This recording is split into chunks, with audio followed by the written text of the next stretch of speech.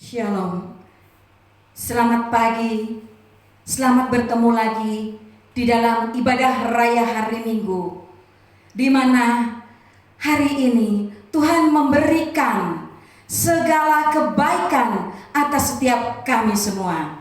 Amin. Bapak, Ibu, Saudara yang ada di rumah, sekalipun kami belum bisa bersatu di dalam gereja Tuhan, tapi kami yakin dan percaya bahwa kuasa Allah, kasih karunia Allah tetap dan terus ada di setiap kehidupan kami.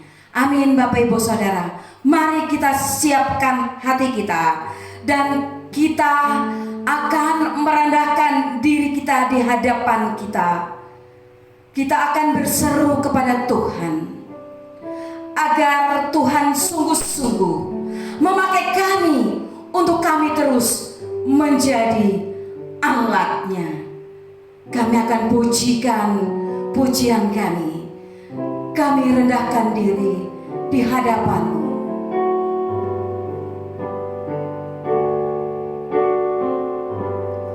Kami rendahkan diri di hadapan-Mu,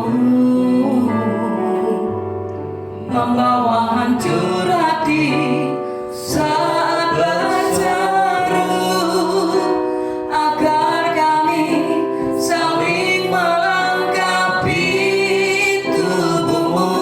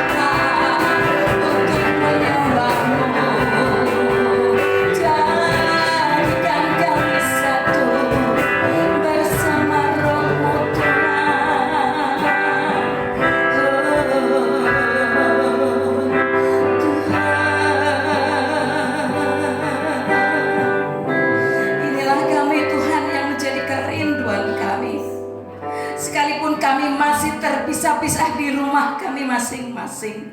Namun Roh-Mu menyatukan kami Tuhan. Roh-Mu mempersatukan kami sehingga kami tetap bersatu di dalam Tuhan, tetap bersatu di dalam Kristus Yesus. Terima kasih Bapa yang baik, kalau Engkau masih memberikan kami waktu, Engkau memberikan kami kesempatan untuk kami terus memuji-Mu, untuk kami terus Tuhan menyembah Engkau di dalam kehidupan kami. Sekalipun kami terpisah-pisah, masih ada di dalam rumah kami masing-masing, namun kasih-Mu tetap berlaku di dalam kehidupan kami. Terima kasih Bapa yang baik.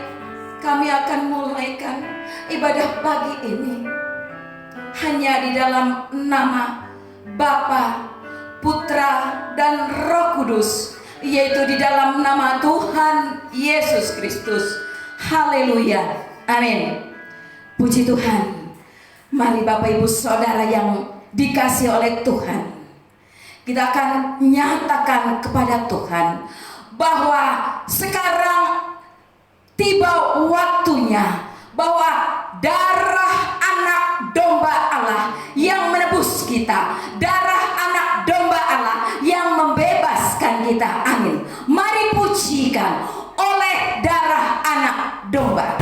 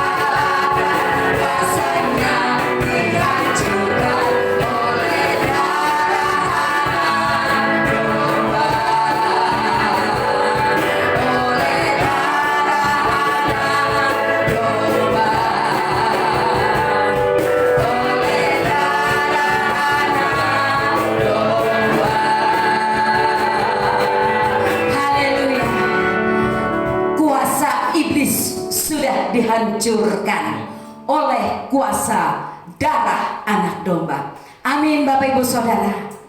Baiklah, Kita akan siapkan waktu kita yang terbaik. Kita akan mendengarkan firman Tuhan. Kita akan mengimani bahwa kuasa salib Tuhan, darah Tuhan mengampuni setiap dosa kita, menyucikan kita. Kuasa salibnya sudah membebaskan kita, memberikan kepada kita kemerdekaan. Mari kita pujikan. Karena salibmu ku hidup, karena salibmu ku menang.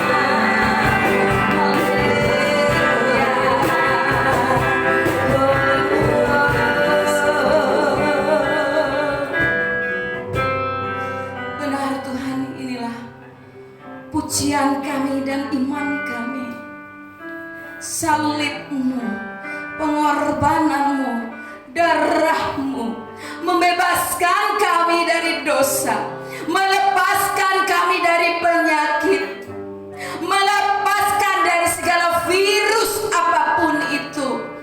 Terima kasih kalau Engkau selamatkan kami, kalau Engkau memberikan kami kemenangan, sehingga sampai detik ini kami masih menikmati kasih Allah yang begitu luar biasa atas hidup kami. Terima kasih Tuhan. Kalau sebentar kami akan mendengarkan firman-Mu, biarlah kuasa Allah menjamah setiap kami. Kuasa Allah menjamah hamba-Mu yang akan menyampaikan firman-Mu, supaya firman-Mu tetap menjadi kekuatan kami. Firman-Mu adalah tonggak bagi hidup kami Tuhan. Mari Tuhan, berbicaralah melalui hamba-Mu, dan berbicaralah bagi setiap hati kami masing-masing, supaya kami sama-sama diberkati oleh firman-Mu. Di dalam nama Tuhan kami Yesus Kristus, kami siap mendengarkan firman-Mu. Haleluya. Amin. Shalom anak-anak Tuhan yang diberkati oleh Tuhan. Tuhan Yesus menyertai kita, amin. Sehat semua, baik-baik semua. Saya percaya Tuhan Yesus menolong kita. Puji Tuhan. Minggu lalu kita sudah berbicara tentang sebuah tema new normal. Kita kembali kepada keadaan normal, tetapi bukan betul-betul normal, tetapi kepada normal di mana kita harus menyesuaikan diri, ya, beradaptasi dengan keadaan yang baru. Hari ini saya ingin berbicara tentang sebuah tema tentang the hero. The hero itu artinya pahlawan. Pahlawan itu adalah orang yang berjasa, bisa berjasa di dalam pendidikan, persamaan emansipasi wanita. Kita tahu itu adalah R.A. Kartini. Bagaimana juga di dalam politik Indonesia, Soekarno menjadi pahlawan, Muhammad Hatta menjadi pahlawan bagi bangsa Indonesia. Hari ini saya ingin mengajak kita semua melihat pahlawan-pahlawan yang ada di dalam Alkitab. Siapa dia? Salah satunya adalah Nehemia. Kita ingin melihat Nehemia dari buku Nehemia pasal 1 sampai dengan seterusnya. Saya membaca Nehemia pasal 1 ayat 1 sampai ayat yang keempat. Kalau sudah, mari kita membacanya. Riwayat Nehemia bin Hikaliah pada bulan Kislev tahun ke-20, ketika aku ada di Puri Susan, datanglah Hanani, salah seorang dari saudara-saudaraku, dengan beberapa orang dari Yehuda. Aku menanyakan mereka tentang orang-orang Yahudi yang terluput, yang terhindar dari penawanan, dan tentang Yerusalem. Kata mereka kepadaku, orang-orang yang masih tinggal di daerah sana, yang terhindar dari penawanan, ada dalam kesukaran besar dan dalam keadaan tercela. Tembok-tembok Yerusalem telah terbongkar dan pintu-pintu gerbangnya telah terbakar. Ketika aku dengar berita ini, duduklah aku menangis dan berkabung selama beberapa hari. Aku berpuasa dan berdoa ke hadirat Allah semesta langit. Kataku, ya Tuhan Allah semesta langit, Allah yang maha besar dan dahsyat, yang berpegang pada perjanjian dan kasih setianya terhadap orang-orang yang kasih kepadanya dan tetap mengikuti perintah-perintahnya. Kalau kita melihat pembacaan tadi, ada satu kata tentang Yerusalem. Apa yang kita ketahui tentang Yerusalem? Yerusalem adalah sebuah kota, dan ternyata sejak dahulu Yerusalem menjadi tempat pusat kebudayaan, pusat pemerintahan. Kalau kita lihat di dalam sejarah, ada yang suka pelajaran sejarah? Ya, saya senang juga belajar sejarah, terutama sejarah Indonesia dan sejarah dunia. Ini adalah sejarah dari Alkitab. Ya, kota Yerusalem itu adalah kota yang diakui, yang diminati oleh 3 agama besar di dunia. Tentunya adalah Yudaisme, ya, Islam, dan kekristenan. Kenapa? Karena Yudaisme itu adalah Israel itu adalah orang-orang yang sudah sejak awal membangun Yerusalem sebagai ibu kotanya. Kalau kita melihat di dalam Raja Daud, ya, Daud itu adalah yang menjadi orang pertama menjadi raja dan menjadikan Yerusalem sebagai ibu kotanya. Sebetulnya siapa? Bagaimana itu Yerusalem? Urut lagi ke belakang, ternyata Abraham ketika dipanggil keluar, itu Abraham menuju sebuah daerah yang disebut dengan Palestina. Ketika Abraham diminta oleh Tuhan untuk mengorbankan anaknya, juga Abraham membawa anaknya dan pergi ke sebuah gunung yang bernama Moria. Dan di bukit Moria inilah Abraham mempersembahkan Ishak, yang kemudian Allah menggantikan Ishak dengan seekor domba. Dan di atas bukit inilah Daud mendirikan kota itu.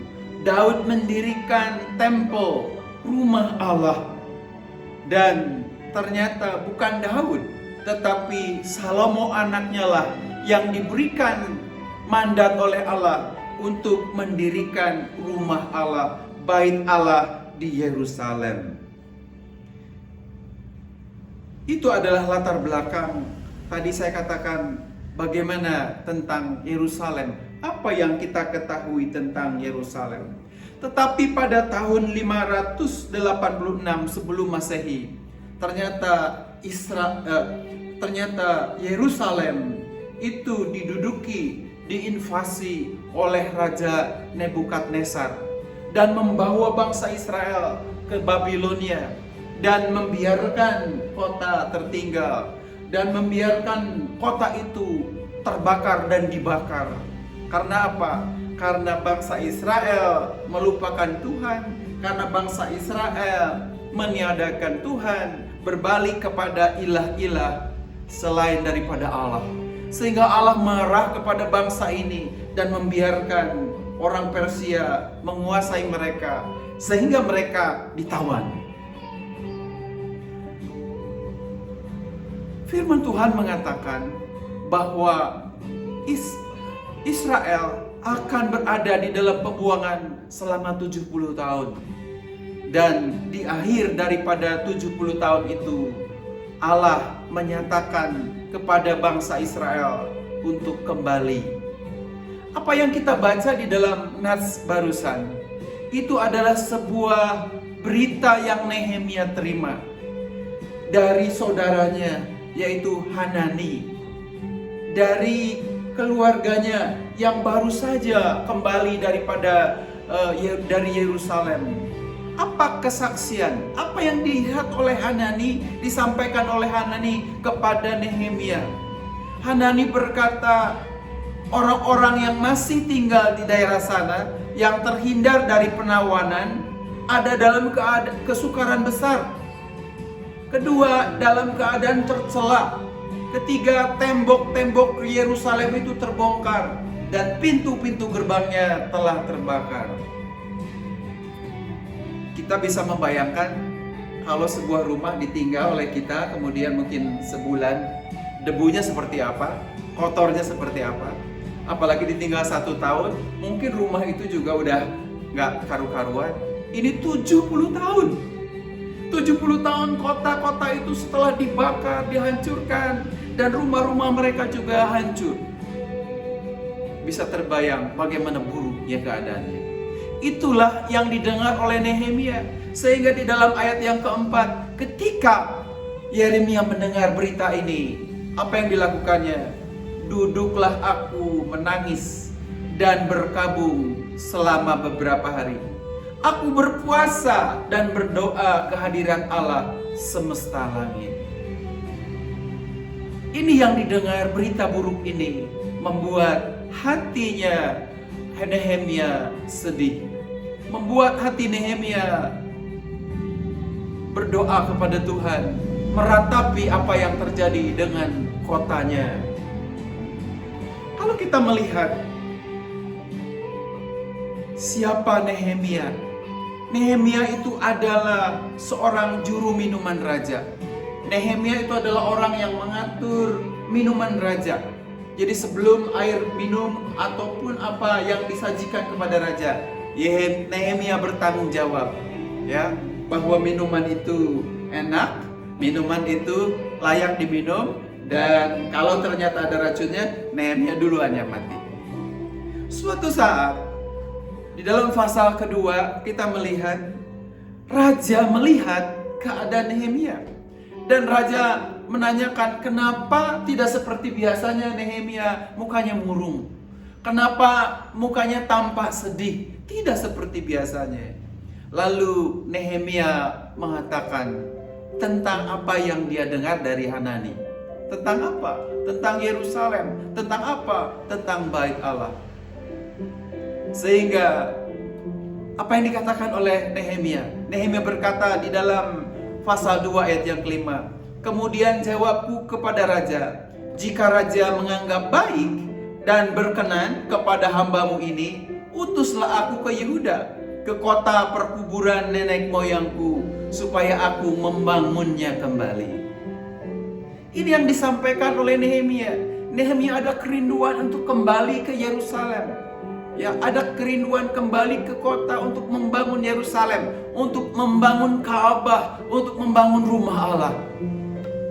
Saya percaya mungkin juga Bapak Ibu sekalian saudara sudah rindu untuk balik ke rumah Allah, untuk beribadah bersama-sama di gereja, bukan? Sudah 3 bulan lebih kita berada di rumah dan ibadahnya online. Tapi itulah keadaannya. Kita harus menyesuaikan dengan keadaan. Dan juga ini dialami oleh bangsa Israel, oleh bangsa Yehuda pada saat itu, termasuk oleh Nehemia. Apa yang dilakukan oleh Nehemia? Maka kalau kita melihat di dalam pasal yang ketiga, setelah raja menyetujui, raja mengabulkan permohonan Nehemia, maka Nehemia mengumpulkan orang-orangnya, mengumpulkan penatua-penatuanya. Kita membaca di dalam pasal yang ketiga, maka bersiaplah imam besar Eliasib dan para imam, saudara-saudaranya, lalu membangun kembali pintu gerbang domba. Mereka mentahbiskannya dan memasang pintunya. Mereka mentahbiskannya sampai menara Mea, menara Hananel. 3 ayat 2. Berdekatan dengan mereka orang-orang Yeriko membangun, dan berdekatan dengan orang-orang itu Zakur bin Imri, dan seterusnya. Kalau saya membaca pasal 3, maka mereka itu membagi tugas. Siapa yang membangun, membetulkan gerbang domba, gerbang air, dan seterusnya. Pintu-pintu gerbangnya dibetulkan, juga dinding-dindingnya dibetulkan, supaya tembok kota itu bisa tertutup lagi. Saudaraku sekalian, semua orang, semua suku terlibat di dalam pembangunan. Jadi Nehemia rapat dengan kepala-kepala suku, dengan para imam, bagaimana membetulkan, memperbaharui lagi tembok kota dan rumah ibadah. Kalau kita melihat lanjut kepada pasal 4. Pasal 4 itu kita melihat ketika pekerjaan sudah dimulai, ketika orang-orang Israel membangun, ada oposisi, ada orang-orang yang tidak suka dengan apa yang dilakukan bangsa Israel. Pasal 4 ayat 1 berkata, ketika Sanbalat mendengar bahwa kami sedang membangun kembali tembok, bangkitlah amarahnya, dan ia sangat sakit hati. Ia mengolok-olokkan orang Yahudi dan berkata di hadapan saudara-saudaranya tentara Samaria, apa gerangan yang dilakukan orang-orang Yahudi yang lemah ini? Apakah mereka memperkokoh sesuatu? Apakah mereka hendak membawa persembahan? Apakah mereka akan selesai dalam satu hari? Apakah mereka akan menghidupkan kembali batu-batu dari timbunan puing yang sudah terbakar habis seperti ini? Jadi timbullah oposisi, orang yang tidak setuju. Ada orang-orang yang tidak suka kalau Yerusalem itu dibangun. Siapa mereka? Mereka adalah Sanbalat dan Tobia dan teman-teman yang lain. Mereka itu adalah penduduk Samaria. Mungkin ketika Yerusalem bisa berhasil lagi dibangun, mereka akan kehilangan penghasilannya, mereka juga akan kehilangan pengaruhnya, sehingga orang-orang tidak lagi hidup di Samaria, tetapi kembali ke Yerusalem. Itulah sebabnya Sanbalat, Tobia, dan yang lain-lain berusaha untuk menggagalkan rencana Nehemia ini. Di dalam pekerjaan yang besar, di dalam pekerjaan yang mungkin Tuhan juga ingin lakukan agar Nehemia melakukannya, itu kadang timbul masalah, timbul oposisi, timbul pertentangan, timbul beda pendapat. Itu pasti ada dan selalu ada. Tetapi bagaimana Nehemia mengalami ini? Bagaimana Nehemia mengatasi ini? Ya, musuh melemahkan, musuh menggunakan kata-kata yang melemahkan. Dengan kata mereka ingin menghancurkan, mereka meledeknya, mereka ingin mematahkan semangat, mereka ingin melemahkan niat, kekuatan, ya, nyali bangsa Israel, bangsa Yehuda untuk membangun. Bahkan kalau kita melihat di dalam ayat yang ketiga dari pasal 4 ini, apa yang dikatakan Tobia? Lalu berkatalah Tobia orang Amon itu yang ada di dekatnya, sekalipun mereka membangun kembali, kalau seekor anjing hutan meloncat dan menyentuhnya, robohlah tembok batu mereka itu. Ini diledek banget, ya. Betul-betul Tobia meledek. Mungkin kalau sekarang kita sedang memasang batu bata, kemudian mereka berkata, biarin aja nggak bangun. Ya, kalau ada kucing lompat juga, itu temboknya runtuh. Seperti itulah. Luar biasa apa yang dikatakan oleh Tobia. Secara psikologis mereka menghancurkan niat mereka, mematahkan niat bangsa itu untuk membangun. Tetapi apa kata Alkitab di dalam pasal 4 ayat yang ke-6 ini? Orang-orang Nehemia terus membangun dan membangun. Tidak ada putus semangat, tidak ada patah hati ketika kita menerima cobaan, ketika kita menerima hinaan, ketika kita menerima tantangan. Jangan patah semangat, jangan putus semangat, jangan hancur semangat kita. Ayat yang ke-6 mengatakan, tetapi kami terus membangun tembok sampai setengah tinggi dan sampai ujung-ujungnya bertemu, karena seluruh bangsa bekerja dengan segenap hati. Yang sepakat katakan amin.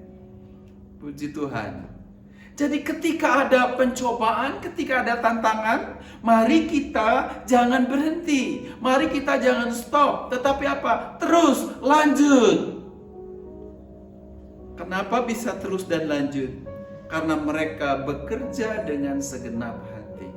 Perlu ada kesehatian, perlu ada pikiran yang sama, perlu fokus yang sama supaya pembangunan itu bisa selesai, supaya pekerjaan itu selesai. Tapi kalau masing-masing memiliki pikirannya sendiri-sendiri, maka tidak akan berhasil.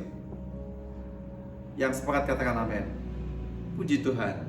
Mari kita bersehati, mari kita bersama-sama mengerjakan pekerjaan Tuhan. Apa yang kita bisa lakukan?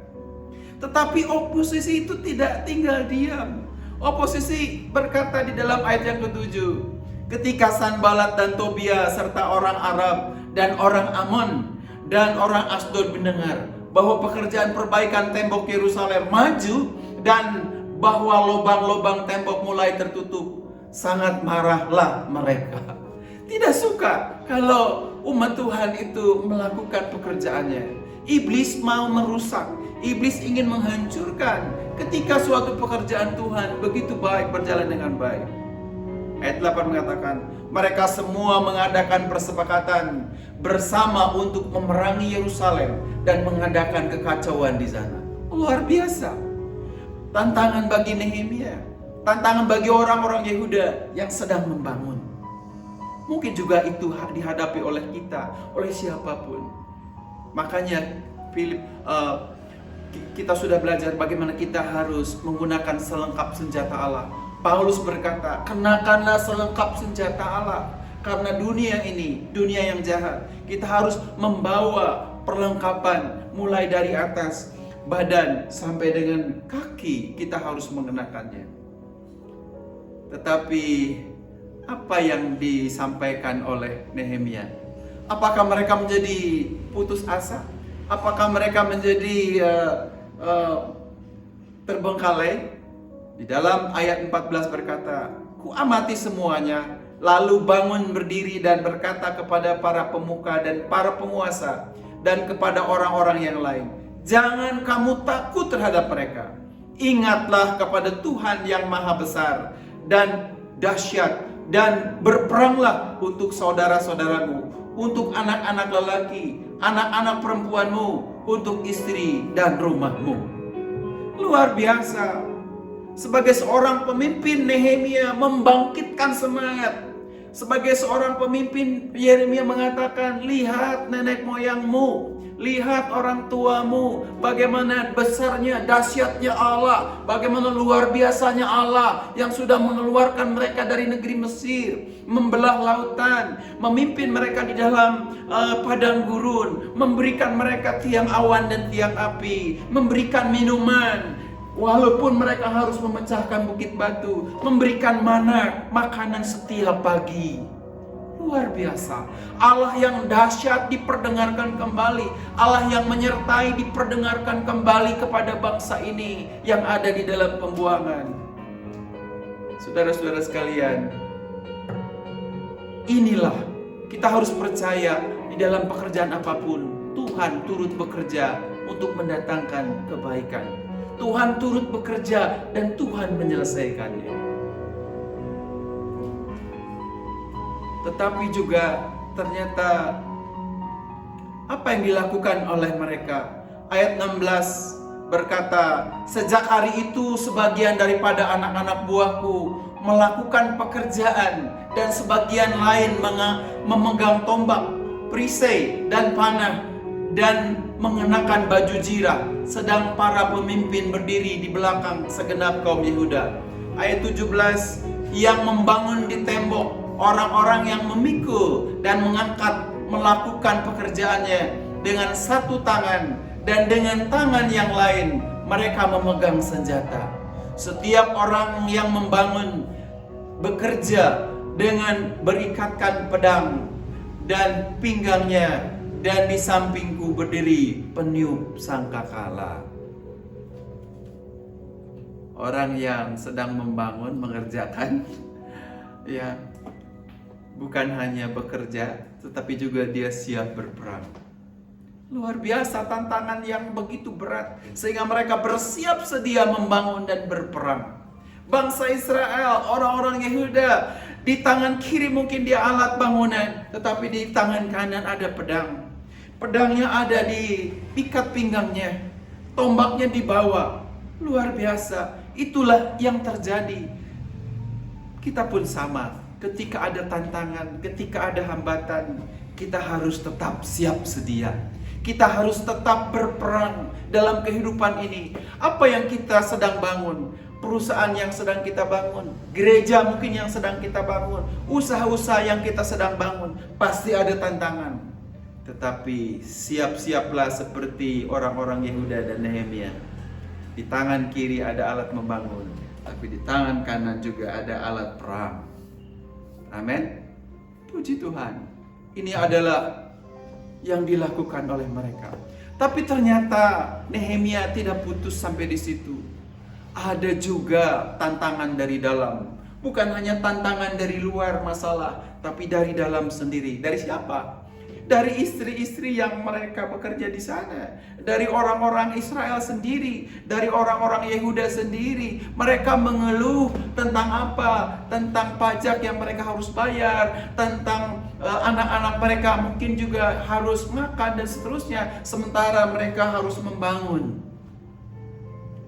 Tetapi bagaimana Yeremia menekankan bahwa prioritas rumah Tuhan harus selesai. Prioritas Yerusalem, tembok-temboknya harus kembali utuh.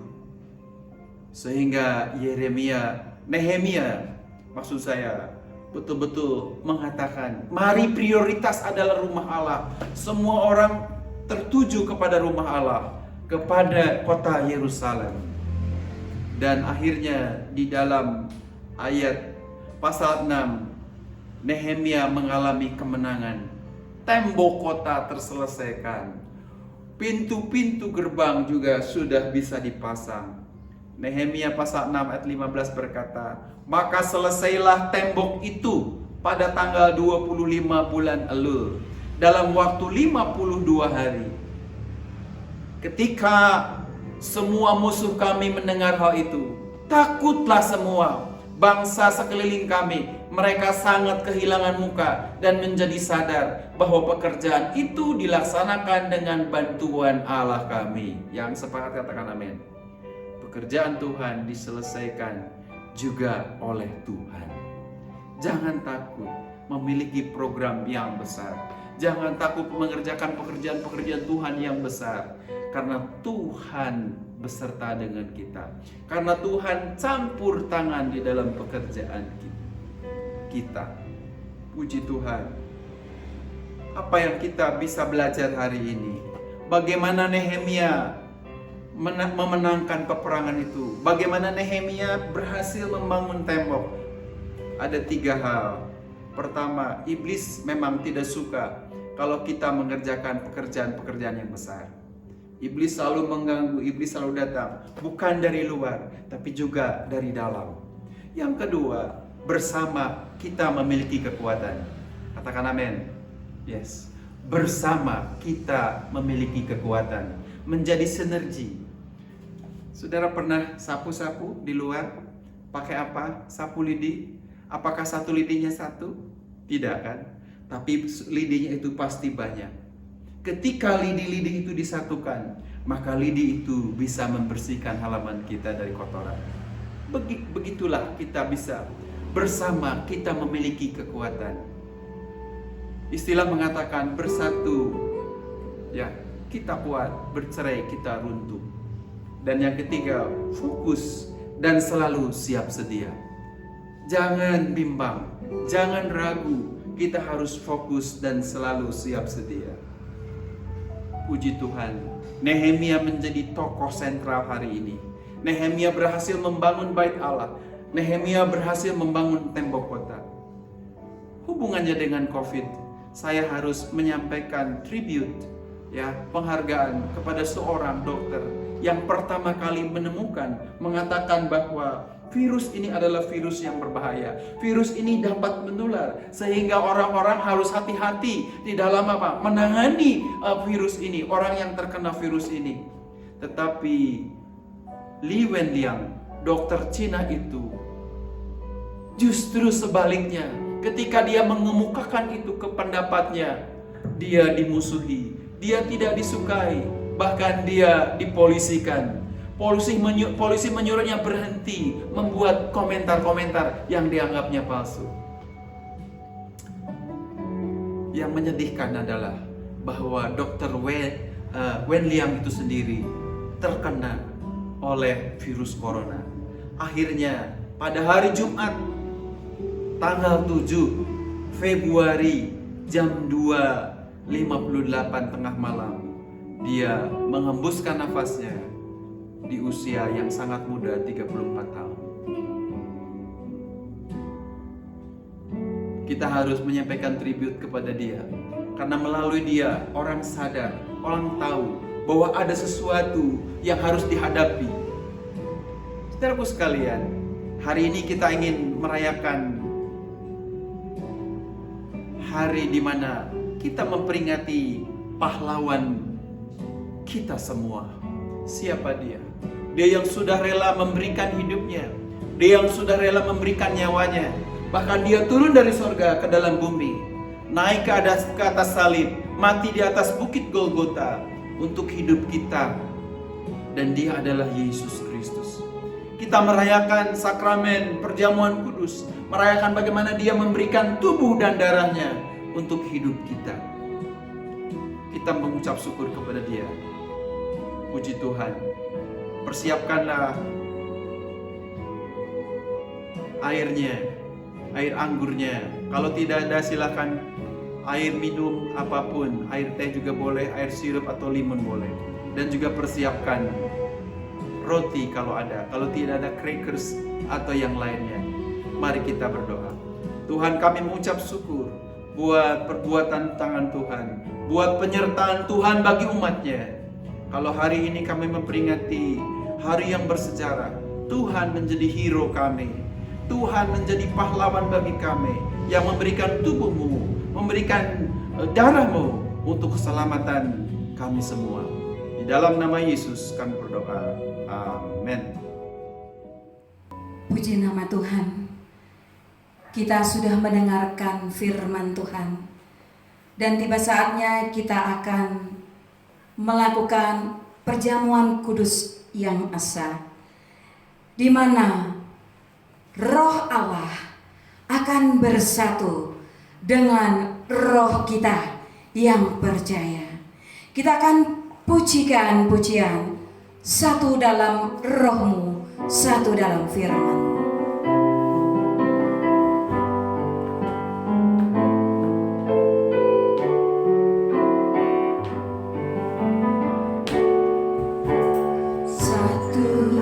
Dalam rohmu, satu dalam firman-Mu, satu dalam kasih-Mu, kasih Tuhan, tubuh dan darah-Mu yang menyatukan aku dengan Bapa di surga, Yesus Kristus.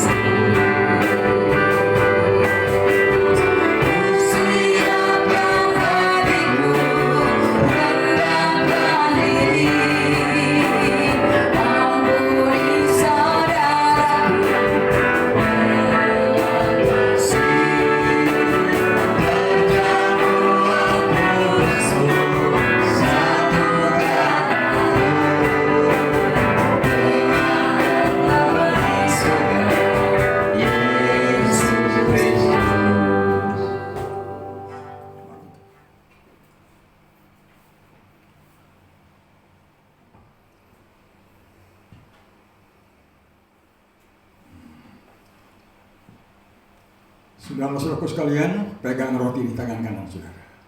Sebelum kita makan, saya akan bacakan firman Allah demikian. Sebab apa yang telah kuteruskan kepadamu, telah aku terima dari Tuhan, yaitu bahwa Tuhan Yesus pada malam, waktu ia diserahkan, mengambil roti, dan sesudah itu ia mengucapkan syukur atasnya. Ia memecah-mecahkannya dan memberikannya kepada mereka. Haleluya. Bukankah roti yang kita pecah-pecahkan ini adalah tubuh Kristus? Amin. Mari kita terima. Makan.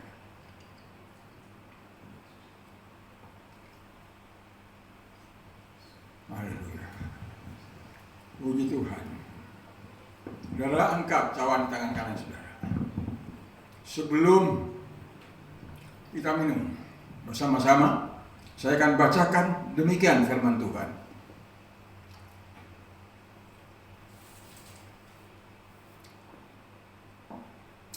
masih diangkat ya cawan ini.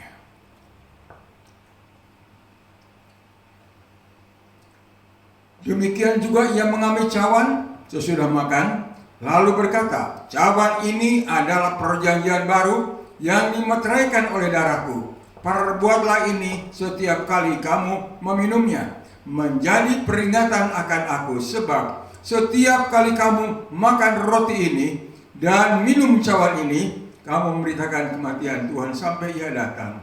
Haleluya. Mari saudaraku sekalian, sama-sama kita minum dalam nama Tuhan Yesus Kristus. Haleluya.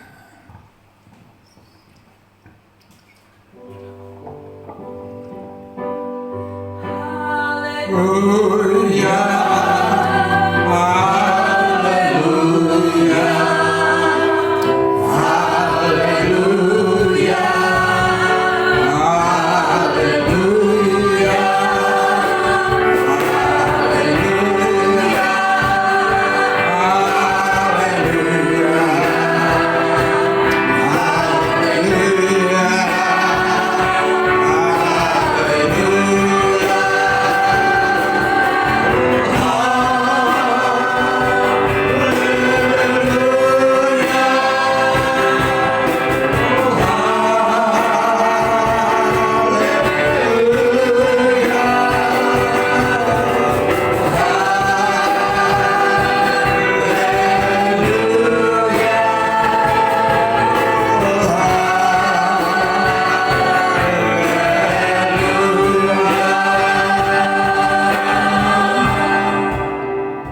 Kami patut menaikkan pujian syukur Tuhan.